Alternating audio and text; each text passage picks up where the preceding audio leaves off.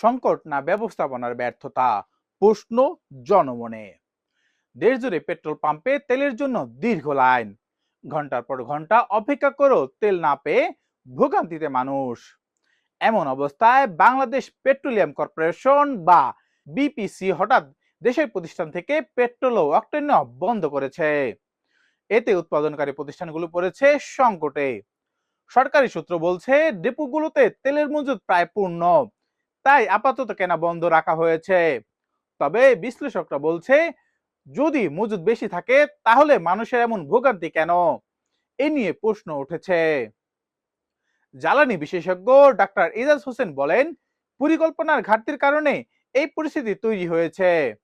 সরকার ব্যবস্থাপনার সমস্যা থাকায় উৎপাদন থাকা সত্ত্বেও মানুষ তেল পাচ্ছে না। অন্যদিকে জ্বালানি প্রতিমন্ত্রী ইকবাল হাসান মাহমুদ জানিয়েছে বিষয়টি নিয়ে তদন্ত করা হচ্ছে এবং স্থানীয় উৎপাদকদের কাছ থেকে তেল কেনার বিষয়টি বিবেচনায় আছে। দেশের মোট চাহিদার প্রায় ৭৫% তেল সরবরাহ করে থাকে স্থানীয় প্রতিষ্ঠানগুলো, কিন্তু তাদের কাছ থেকে তেল না নেওয়ায় উৎপাদন ব্যাহত হচ্ছে। এদিকে দীর্ঘ লাইনের ভোগান্তি কমাতে উচ্চ পর্যায়ের আলোচনা চলছে বলে জানিয়েছে সরকার।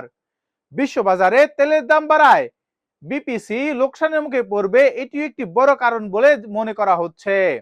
সব মিলিয়ে প্রশ্ন একটাই, এটি কি সত্যি সংকট নাকি ব্যবস্থাপনার ব্যর্থতা?